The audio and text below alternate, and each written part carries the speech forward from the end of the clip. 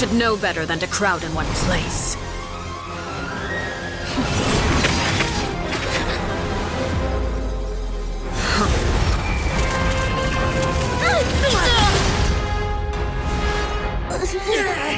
Oh, I know. No! I'm sorry, Father!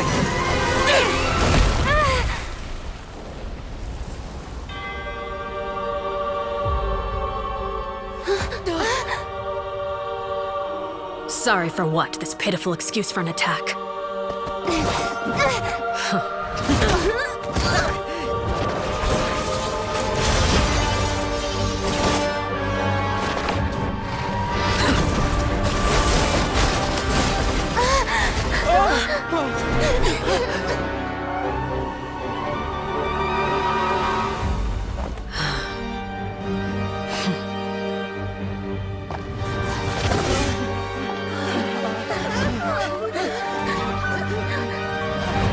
Father, no!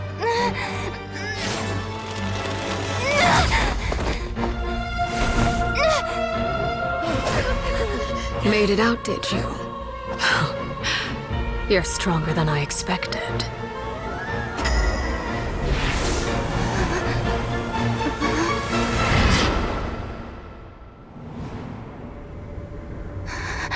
A crimson moon.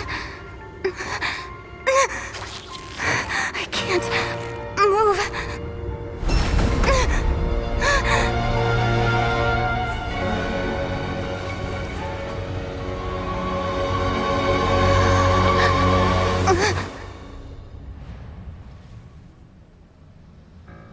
Still, not strong enough to beat me.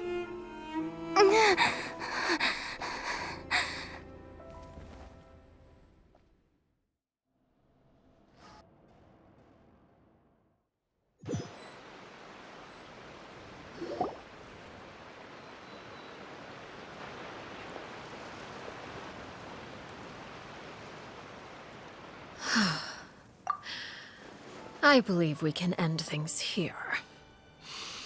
It's not often that we get to enjoy the company of guests, after all. We wouldn't want things to get too out of hand.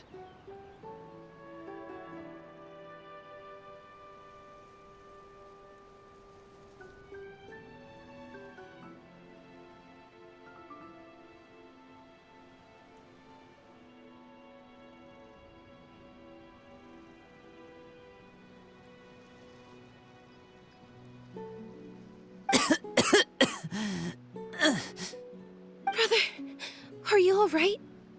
Lenny, Given that I am the victor of this duel, as agreed, the punishment stands. No! I never thought things would end like this. However, everyone involved in the duel demonstrated a remarkable level of strength and determination. In light of this, I'm prepared to change the method of execution. Elwar, the bottled flames I gave you for safekeeping. Do you still have them? Yes? I wasn't sure what they were for, but I've kept them super safe. I didn't lose a single one. Wonderful. Then, in just a moment, I'll have you administer them. Bottled flames? Indeed. They're the product of a secret experiment. Under certain special circumstances, flames can be extracted from my person and preserved. Once ingested, searing pain will spread across every inch of your body. No harm will come to you physically, but your memories will be burned away. If you can withstand the pain. When you awake, you'll have forgotten everything you know about the House of the Hearth, and will be expelled from the organization. In other words, administering this concoction will kill the version of you that grew up in the house, and give you a new identity.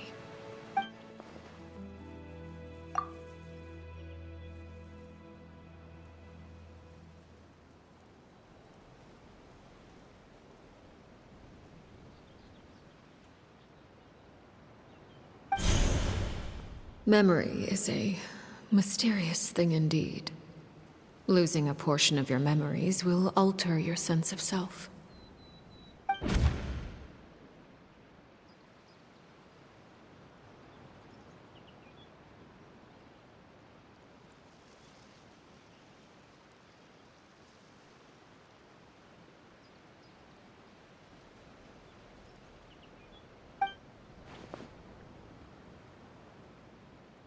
So, you're just letting us go, Father?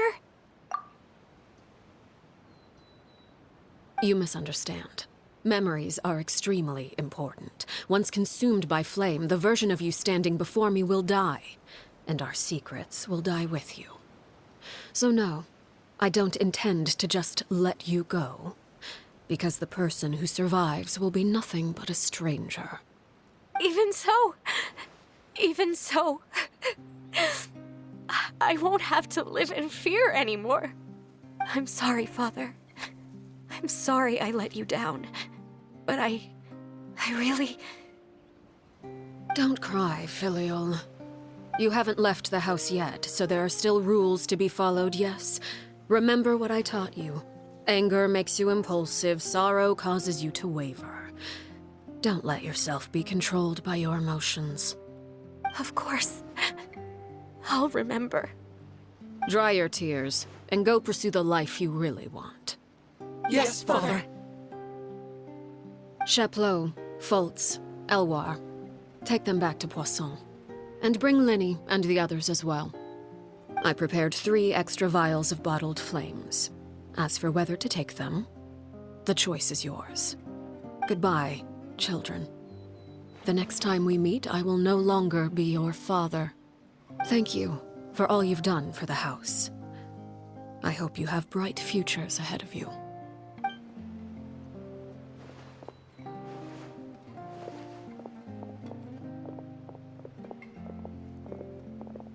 Father!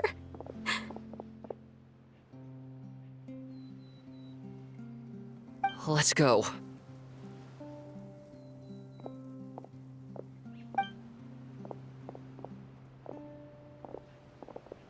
Here, grab my arm, Linny. I'll help you walk back. Thank you.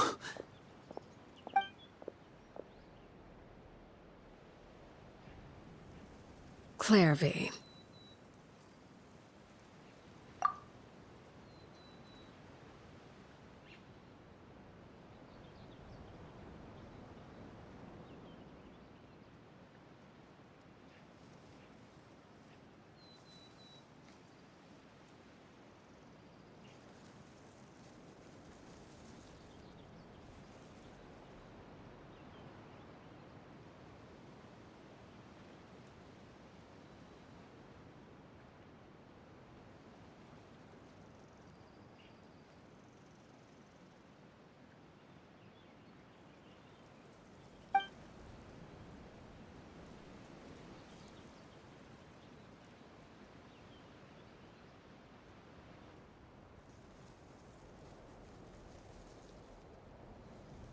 Can we talk now?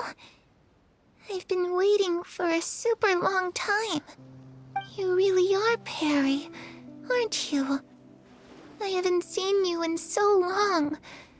How come you're all grown up? Wait, did I somehow travel to the future on accident? Or am I dreaming? What a long dream. Neither. You died, Clairvy. That's what happened. You could have at least sugarcoated it a little. Look, she's that speechless.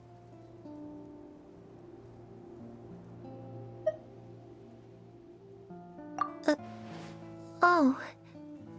Okay then. Huh? That's it? You accepted it just like that? Yep. If that's what Perry says happened, then I believe her. Perry wouldn't lie to me.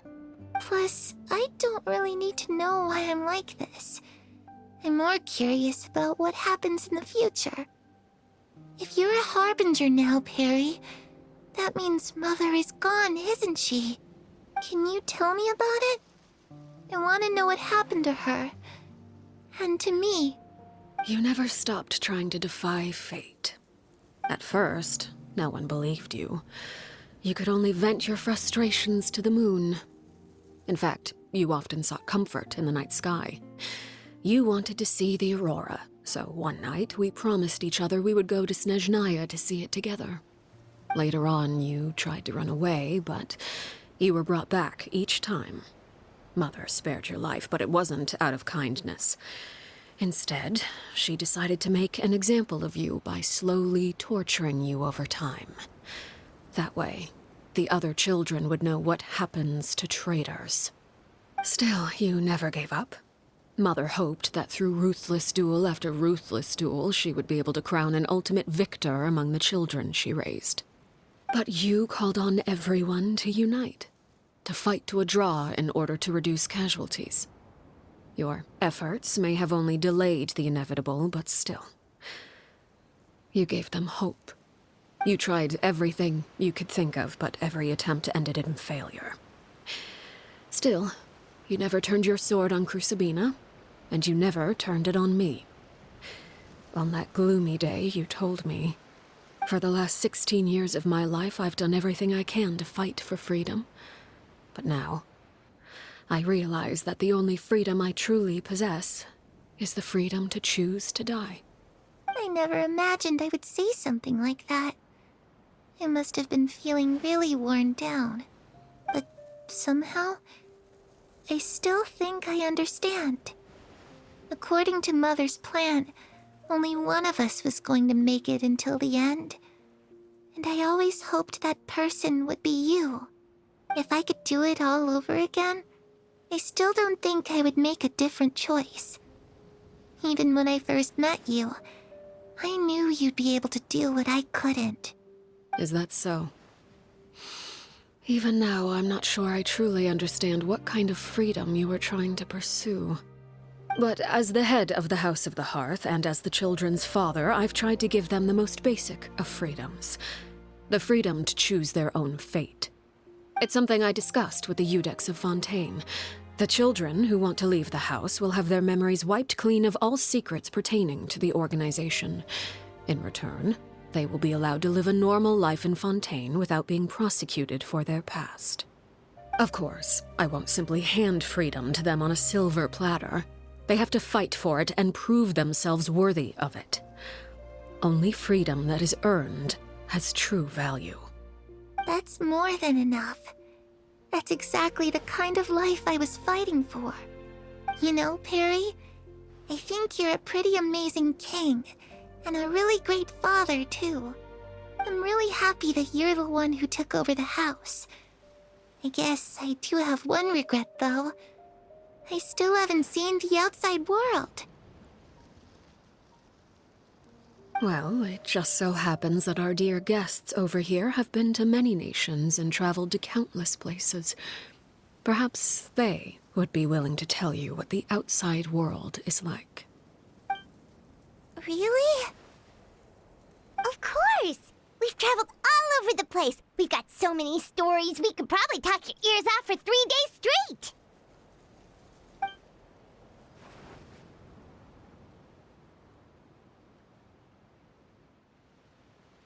You know, I used to dream of being a bard. Playing the lute while singing into the winds of freedom. Even if there was no one there to listen, I would have continued to sing no matter what. Ah, that's where Mora comes from. I never knew that before. If I had some Mora, I would buy 3 new dresses. One for me, one for Perry, and one for Mother. It's just too bad Perry doesn't like wearing dresses. And Mother, well, she probably wouldn't accept something like that either. I guess I'd just have to keep them all for me then. I could wear a different one every day.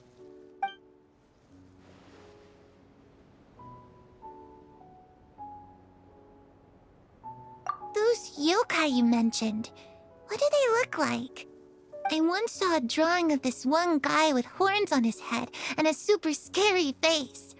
Are there any yokai like that? Oh, sounds like you're talking about an Oni. Yep, we've met one, and let Paimon tell you, they're not nearly as scary as they look.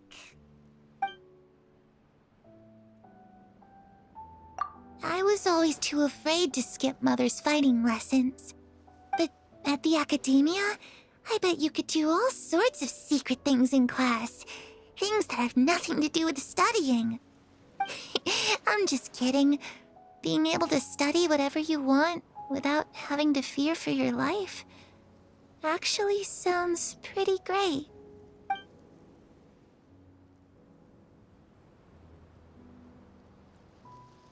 The situation was super dangerous. Lenny and Lynette were accused of committing a crime, and they were going to have to stand trial at the Opera Epicles. Oh no! That must have been hard for all of you. What happened next? Don't worry, we were able to turn the situation around super quickly. All thanks to Detective Paimon, of course. How'd you do that? Come on, tell me! Okay, so it was like this. After the failed magic show, we rushed to the scene and...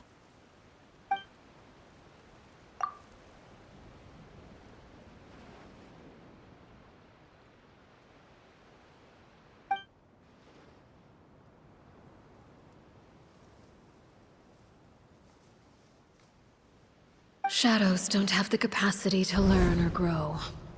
Any new information they encounter is quickly forgotten over time.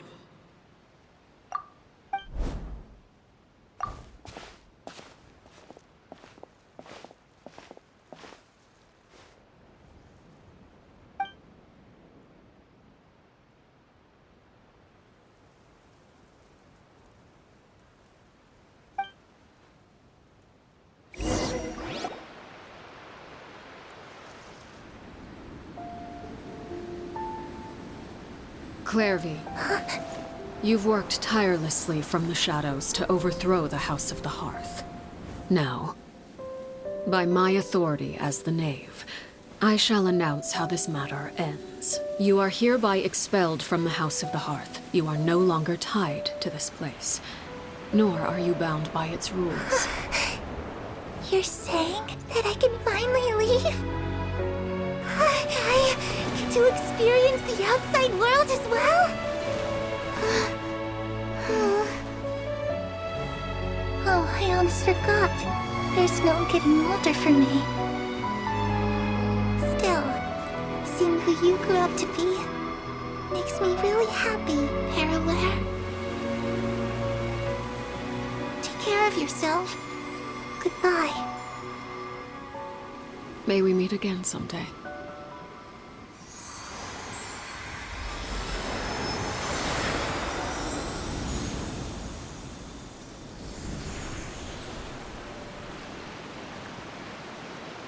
Clairvy.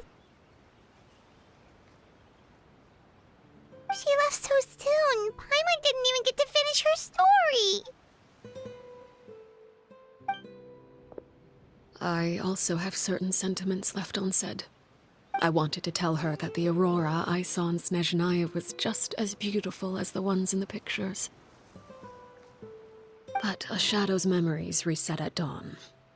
Had we delayed any longer, we wouldn't have had the time to say goodbye. Whatever regrets may linger, let them be lost to the coming of a new day. Father? It's Linny! Hey, Linny!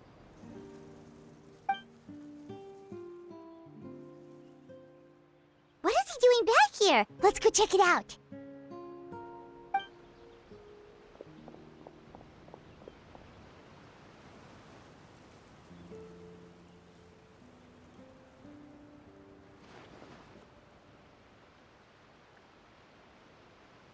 Father, the bottled flames have been administered. Filial and the others have left the house. And you? What have you decided? Thank you for giving us that choice, Father. But We never wanted to leave the house. It's the only home we've ever known. Lynette and Fremine feel the same way. They're recuperating back at the Hotel Bouffe d'été. But I decided to come back and tell you where we stood. I'm sure you're well aware of the expectations I have for you. I want you to follow in my footsteps and become the next king of the house. Yet you seem to have different ideas. I must admit, I'm rather surprised by your decision to stay. There's nothing wrong with choosing to live a quiet life. Leading this organization is a heavy responsibility, one not so easily carried by someone forced onto the throne. I just never understood what you saw in me. What made you believe I was deserving of that throne? You're brave, talented, and, most importantly, you cherish your family. You would do anything to protect them, even if it costs you your life.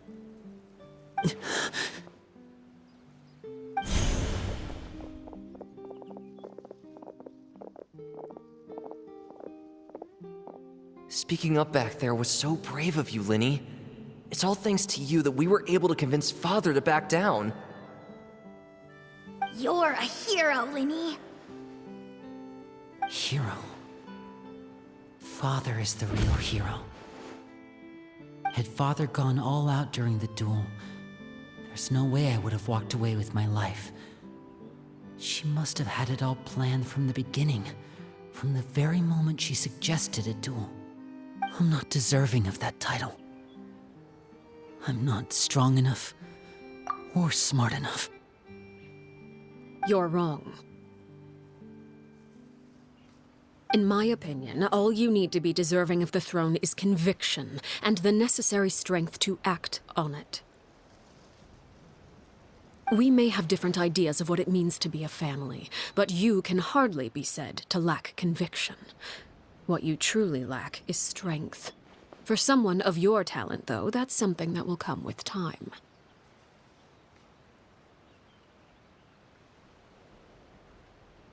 Even without that strength, you still chose to face me in a duel, even though the odds were stacked against you. That capacity to honor your convictions is what I truly see in you. Father. No one knows what the future holds, what tragedy or triumph may be in store. Being at the head of this organization requires the strength of will to face whatever comes. Caution will only hold you back. If reaching a certain standard were required to go after what you want, I would never have succeeded in killing my predecessor. Back then, there was still a considerable gap between our abilities.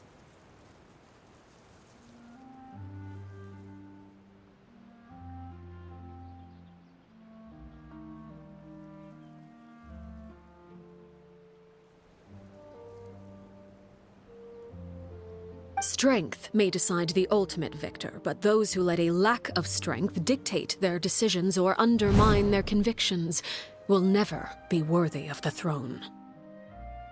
I understand, Father. Thank you. Children must grow up to surpass their parents.